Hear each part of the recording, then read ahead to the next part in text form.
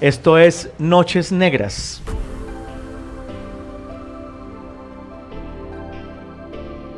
Noches Negras sale de estas conversaciones buscando cómo acercarnos más a los empresarios. Y lo que queremos es que gente que ha llegado a un nivel muy importante de su trayectoria profesional y empresarial nos comparta cuáles han sido sus noches negras o su noche negra y cómo esas noches negras nos empoderan para salir adelante. Francisco, muchas gracias por aceptar la invitación. Me lo traje de Puerto Gaitán, se vino manejando. Bienvenidos a Noches Negras con Francisco Bejarano. Gracias, Carlos. No sé si todos me escuchan bien. ¿Bien? ¿Se escucha bien? Bueno, realmente el tema agro lo trasnocha uno. Y no hay día que uno realmente no despierte preocupado. Pues dirijo todo el grupo agro de Corficolombiana. Desde el año 2009 me dejaron con pajonales acá en el Tolima, una tarea ardua, muy interesante, buscar desarrollar la empresa, reducirla en sus negocios, pero incrementar la rentabilidad. De otro lado, Pajonales hizo una inversión en el Meta muy amplia para desarrollar un proyecto de caucho. Ese proyecto de caucho, en su momento, en el año 2000 más o menos, lo que quería el grupo Corficolombiana era generar la materia prima para una productora de llantas colombiana. Pero resulta que después de unas fusiones, esa empresa quedó solita, quedó huérfana, se llama Mavalle y se la pasaron a Pajonales. Entonces me la dieron igual a mí, Pajonales quedó dueña de Mavalle. Y con todo esto, pues dijeron, venga, el sector agro, pues ya que usted está ahí, coja una de las tantas compañías, también de desarrollo agrícola, que hace parte de este grupo económico, pero que en su momento me dijeron, tiene un pequeño problema y es por la que voy a empezar. Y el pequeño problema inició en el año 2014. Primero, propuse matrimonio, nos casamos con mi esposa y me dice, mi amor, ¿y la luna de miel? Le dije, la luna de miel, ahí sí, noche negra. La luna de miel le toca usted aquí en la casa y yo en el llano. Porque la empresa que me acaban de entregar está quebrada. La empresa se llama Unipalma de los Llanos S.A. Para el año 2014 estaba en la Cámara de Comercio y decía quiebra técnica. Quiebra técnica, era más fácil entrar a liquidar que devolverse en el paseo. Sin embargo, pues considero que todas esas dolencias buscan que al final del día se fortalezca y se lleven soluciones. Imagínense que esta compañía, aparte de la quiebra técnica, tenía una caja negativa de 3 años. ¿Y por qué quiebra técnica? Casi 2 años, 3 años perdiendo plata, una rentabilidad negativa del 14%, la gente, la verdad, ni siquiera quería apostar por la compañía, menos sus empleados.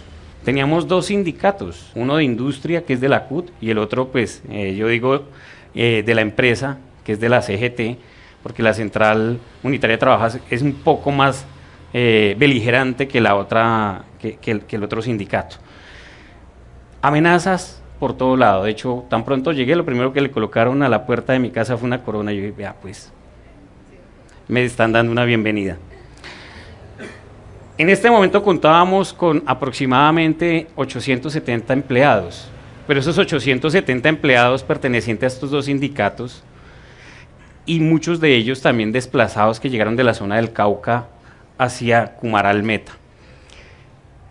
Pues lo único fue decir, vamos a tener que trabajar en equipo. ¿Quién se ha leído el libro de las 33 estrategias de Robert Greene? En ese libro incluso comenta que la mejor manera para poder sacar adelante un proyecto es comunicarlo. En ocasiones, dar un paso atrás, no contar, actuar, y en otras ponerlo sobre la mesa. Para este caso, me puse a analizar qué es lo mejor para poder recuperar la empresa. O la liquido o la saco adelante. Para sacarla adelante, presenté los 2 sindicatos y les dije, maestritos, ustedes coadministran esta compañía y no podemos seguir así. Ustedes han firmado una convención colectiva cada uno de forma independiente, con unas exigencias que si les cuento la historia de dónde vengo, se van a aterrar. Y la historia de dónde venía, y les conté, se llama Texpinal y se llama Fatextol, que desaparecieron las dos. Les conté lo que ha pasado con estas empresas, incluso Texpinal tenía 7 sindicatos. Y les dije, nuestra estrategia está dada en empezar a compartir la información. Yo les voy a crear un modelo en el cual les voy a decir qué va a jugar cada uno, cuál es el rol de cada uno de los sindicatos, y a ver hasta dónde están ustedes dispuestos a dar.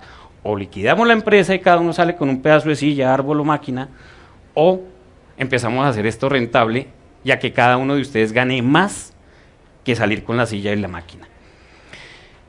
Es así como me senté con ellos y uno de los presidentes del sindicato dijo, venga, yo tengo una propuesta, denunciemos las convenciones, hagamos una sola convención y tráiganos usted un beneficio económico por productividad. Así lo hicimos, logramos recuperar, digamos que la parte de personal. Ya con esto y con un modelo financiero me fui ante la banca y negocié al especialista las deudas. ¿Cuál es negociar al especialista? Por lo general, cuando una empresa se quiebra o cuando empieza a tener un detrimento económico, va a la banca y busca al gerente con el que fue y tramitó el crédito. Y realmente no es así. Cuando yo me enfermo voy al médico general, pero me envía un especialista, entonces debo ir al especialista. El especialista para las empresas que están en un proceso de recuperación es normalización de activos. Fui, negocié con normalización de activos, no permití, está lo de Robert Greene, no permití que me encerraran y dijeran vamos a hacer un crédito sindicado, me fui siempre por aparte, los negocié de manera independiente y de esta manera pude lograr hacer que me reperfilaran la deuda y que no me calificaran la empresa mal para poder obtener créditos incluso fuera de Colombia. Y eso me permitió recuperar la parte financiera de la organización que pues da por varios años hacia adelante. La otra, pues focalizar el modelo, qué es lo que más da en ese instante, la industria o el campo. Entonces me daba más la industria, le empecé a invertir más a la industria y optimizarla para poder tener una mayor tasa de extracción. Ya la había sacado de la quiebra y estaba en tremendo paseo cuando en el año 2019 me dicen, tenemos un problema, otra noche. Se nos dañó el cultivo, el 50% de las 5.265 hectáreas tienen marchitez letal. Y entonces ahora sí, complejo, porque si no tengo que procesar en la planta, pues apague y vámonos. O nuevamente, sindicato y la administración, ¿qué vamos a hacer? Busquemos predios aledaños, tomémoslos en renta, busquemos palma que ya esté sembrada, empecemos a hacer un trabajo conjunto, traemos la fruta, la procesamos, seguimos invirtiendo en la planta y con lo que nos quede vamos a sacar adelante el campo. Así lo hicimos y logramos sacar adelante nuestro cultivo y ya tenemos las 5.265 hectáreas, hemos logrado incrementar la tasa de extracción, que es lo que permite la productividad hablando en la planta industrial, y pues al año pasado ya teníamos una rentabilidad positiva de 4.5%, pues que no es que sea mucho, pero con precios internacionales caídos, costos altos y una situación tan compleja como la que vivió la compañía, pues es algo que permite el crecimiento. La otra es que cuando uno se mete en esos cuentos de que vamos a sembrar, pues tiene que saber quién es el vecino. Y esta es la historia de Mavalle, donde nuestros vecinos son resguardos indígenas. Lo complejo de los resguardos indígenas es que ellos tienen todos los derechos y nosotros los empresarios del campo, pequeños, grandes o medianos, tenemos las obligaciones. ¿Qué nos tocó hacer con ellos? Hacer varias reuniones para poder desarrollar el cultivo del caucho. Esto es en Puerto Gaitán. Allá tenemos 10.240 hectáreas de caucho sembradas. Toda la producción de caucho va a una planta industrial que era para procesar el caucho de la industria colombiana, pero realmente terminamos exportando el 95% de ese caucho para las llanteras a nivel mundial. Y para poder hacer eso, pues nos dijeron los clientes, las llanteras, usted tiene que cumplir todos los requisitos que establece su política a nivel nacional. Y aparece en un renglón por allá, consultas previas. ¿Por qué? Porque los indígenas están al lado. Y después de que me habían retenido, después de que incluso nos habían golpeado en algunas reuniones, pues estos personajes resultaron siendo los mejores amigos. La forma en que lo hicimos fue ubicar los líderes pasivos en cada reunión. Uno deja que lo retengan, que le digan, que hasta incluso improperios a nuestra organización, pero al final del ejercicio logramos con todo un grupo de personas que me acompañaba identificar líderes pasivos, y ahí viene otra estrategia. ¿Quién va a hablar con los indígenas? Pues no era yo. Yo solamente aparecía al final para firmar los documentos. ¿Quién iba a hablar con los indígenas?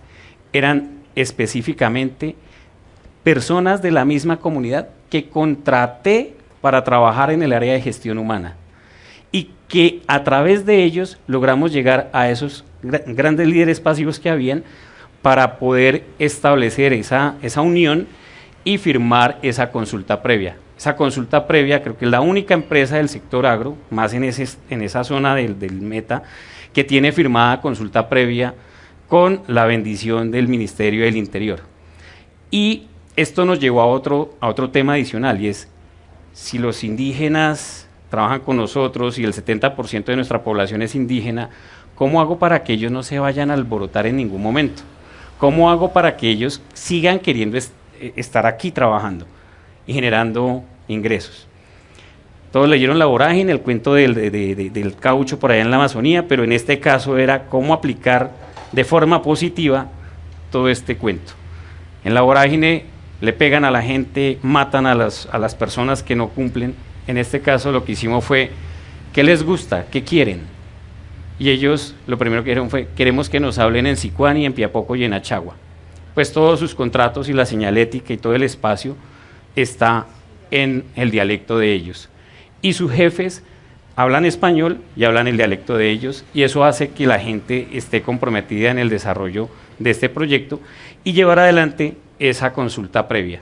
¿Que causó varios trasnochos? Claro que sí, porque inmerso en una consulta previa, y les voy a decir en este último cuatrenio, que es peor todavía, con todos los indígenas alborotados, pero logramos hacer esa labor. Hoy por hoy esta empresa logra exportar el 95% de su producción. Y dejé para el final, tal vez lo más interesante para mí, y es Organización Pajonales. En esas otras dos compañías, cuando se presentaban inconvenientes, pues yo lo que venía corriendo era, pues primero a la casa para que mi esposa y mi hijo me fortalecieran, pero lo segundo, llegar a Pajonales a tomar un aire, un respiro, para poder ir a hacer y ejecutar tareas allá. Pero en Organización Pajonales, de tanto estar pendiente al otro lado, se me olvidó que al lado hay un pueblo que es Zambalema, y se me olvidó que había gente, y se me olvidó que económicamente la empresa puede producir, pero el pueblo estaba quieto. Y entonces golpeamos las puertas acá del departamento en el momento en que empezamos toda esta tarea, y era complejo. Sin embargo, nosotros con ese tema de la mano de obra, pues se nos empezó a envejecer la población y necesitamos mano de obra, porque esto se hace con gente. Y la única manera era recuperar esa mano de obra y la confianza de la población, porque no hay nada peor que tener la población en contra. Y mucho más ahora con el tema de los movimientos campesinos que se vienen dando en distintas zonas, y acá también se empezaron a dar, no solamente en el sur, sino en el norte del Tolima. Les han entregado unos predios, y hay que buscar, en vez de las diferencias, cuál es el punto de encuentro y fortalecerlos, y fortalecer a la gente y fortalecer la población. Es así como nosotros vinculamos una de las fundaciones que tenemos en el grupo, se llama Fundación Corfi Colombiana, y logramos montar 3 proyectos. Y esos 3 proyectos, lo primero que hicimos fue hablar con la gente, con los líderes comunales, para saber qué les estaba pasando, qué era lo que querían. ¿Qué les estaba pasando? Había prostitución. Y no había semana que no hubiera muerto en Zambalema por la parte de la drogadicción, del microtráfico. Entonces buscamos programas que sirvieran de puente para atraer a la juventud. Entonces montamos uno en el fortalecimiento educativo con Cosmo School en los 2 colegios de Zambalema. Y nos metimos de lleno incluso de profesores. Ustedes allá llegan a los colegios y me pueden ver echando charla con los muchachos, mirando los dibujos, las personas que me acompañan, disfrutando de poder contarles unas experiencias a los niños del colegio y también llevándolos a otro programa que se llama Transformando Vidas con el Deporte.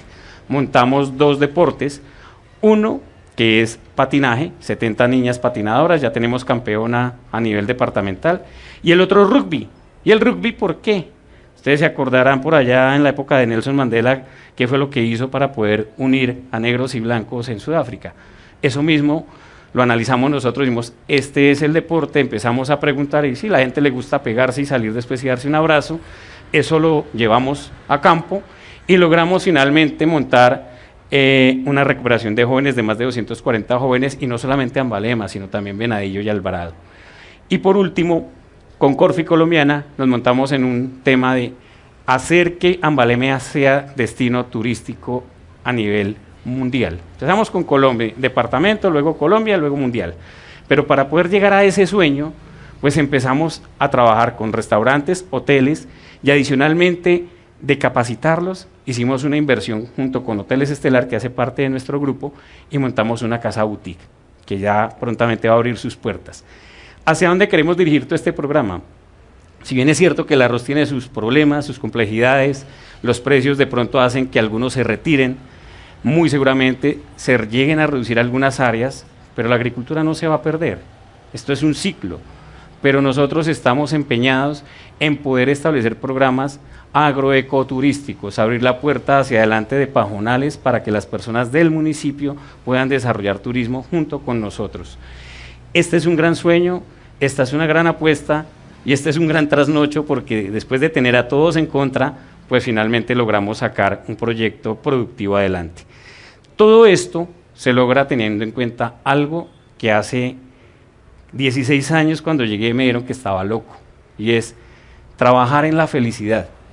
Cuando uno dice vamos a trabajar en la felicidad, dicen, pero usted está loco, tiene un señor de campo que hace la X y tiene un especialista ya que sabe de todo. Puede que sí, pero trabajar en la felicidad fue lo que nos llevó a concretar cada uno de estos negocios. ¿Por qué razón? Porque cuando nosotros contratamos una persona, la hacemos parte del equipo. Nosotros, en el caso mío, yo no lidero personas, yo lidero equipos. Y fortalecemos el desarrollo de los equipos, no solamente con hacerlo sentir bien, sino sabiendo qué es lo que quiere, que la persona que está allí quiere estudiar ingeniería, que el otro quiere que le ponga un aparato, un dron, que porque con eso puede desarrollar mejor su trabajo, y eso es lo que hemos venido haciendo. Empezamos a utilizar ciencia de datos en todas las compañías para segmentar nuestra población laboral e identificar incluso la generación, baby boomers, si son generación X, porque la forma en que yo le diga a mi hijo, haga una tarea, seguro que si yo se la grito, no va a hacer caso. Pero una persona de mi generación, yo le digo, haga esto ya, y lo hace. A mi hijo yo tengo que decirle de una manera distinta, tengo que conquistarlo para que él quiera ejecutar su tarea. De esa manera estamos nosotros llevando adelante todo un relacionamiento empresarial con comunidades, con personas que laboran y entendiendo que la empresa no solamente es un número, sino que la empresa, el objetivo final es la gente. Eso es lo que nos ha permitido sacar adelante cualquier situación adversa que se nos ha presentado. Entonces, con eso, Carlos, termino diciendo que los trasnochos finalmente resultan siendo una bendición para uno como empresario cuando logra que los objetivos que se ha trazado se cumplan. Muchas gracias.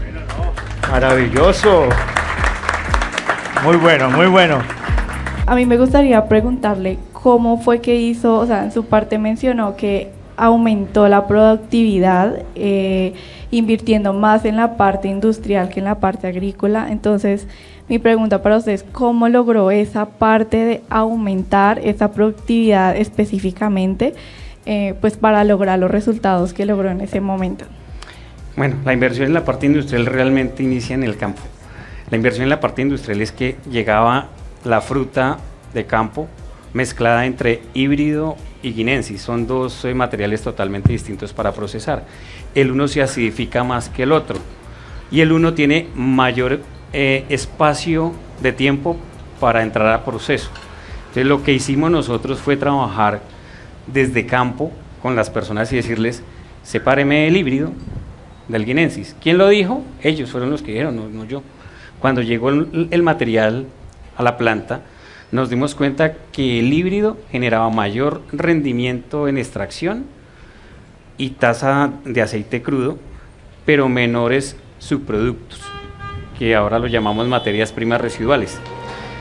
La guinensis generaba menor tasa de extracción, pero tenía un espacio más largo para poder tenerlo quieto. La diferencia de los dos es que el híbrido era alto oleico y teníamos clientes ya directamente involucrados en la compra, como lo era Biodé. Entonces pudimos venderle ese aceite a Biodé con pagos anticipados, y el otro, el guinensis, lo dejamos para aceites normales de cocina, que los pagos eran mucho más largos. Cuando tiene uno los recursos, empieza a identificar a dónde los ubico. Eso obviamente había que pagarle a la banca, pero se los ubico a la planta industrial. ¿Por qué? Porque la planta industrial, por cada punto adicional de extracción que genere o por cada punto de menor pérdida que dé, me están dando 2.800 millones de pesos de ingresos adicionales. Mientras que en el campo sí tenía que esperar un poco más el retorno de la inversión. Esa era la razón.